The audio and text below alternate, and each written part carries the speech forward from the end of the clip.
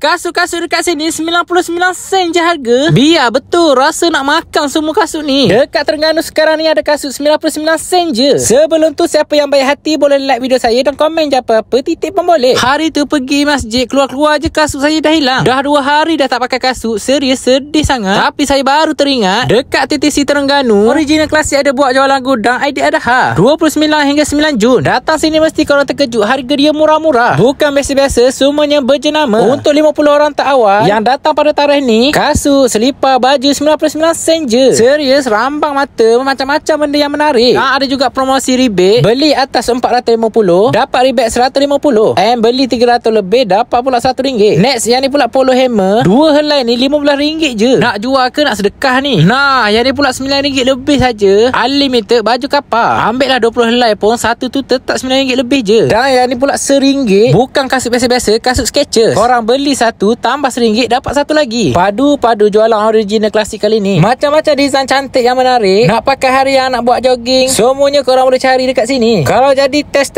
terus boleh bayar. Best sangat sampai saya tergolek guys. Aduh, sakit guys. Dan bukan semata-mata kasut je ada kat sini. Beg, baju, seluar, dan semua ni tengah ada diskaun yang tak masuk akal tau. Dan belakang ni lagi ada ruang selipar. Ada selipar orang tua, selipar orang muda-muda pun ada juga. Kalau korang terokai lagi, belakang ni ada alat-alat mainan sukan. Macam-macam ada. Saya suka badminton, saya ambil lah badminton. Ada beg, ada stocking. Serius, terbaik sangat. And dia sediakan juga tempat bergambar. Korang ambil gambar ni, post dekat media sosial, nanti akan dapat hadiah. Jadi korang jangan lupa datang di TTC Kuala Terengganu sertai jualan Aidil Adha Original Klasik. Let's go.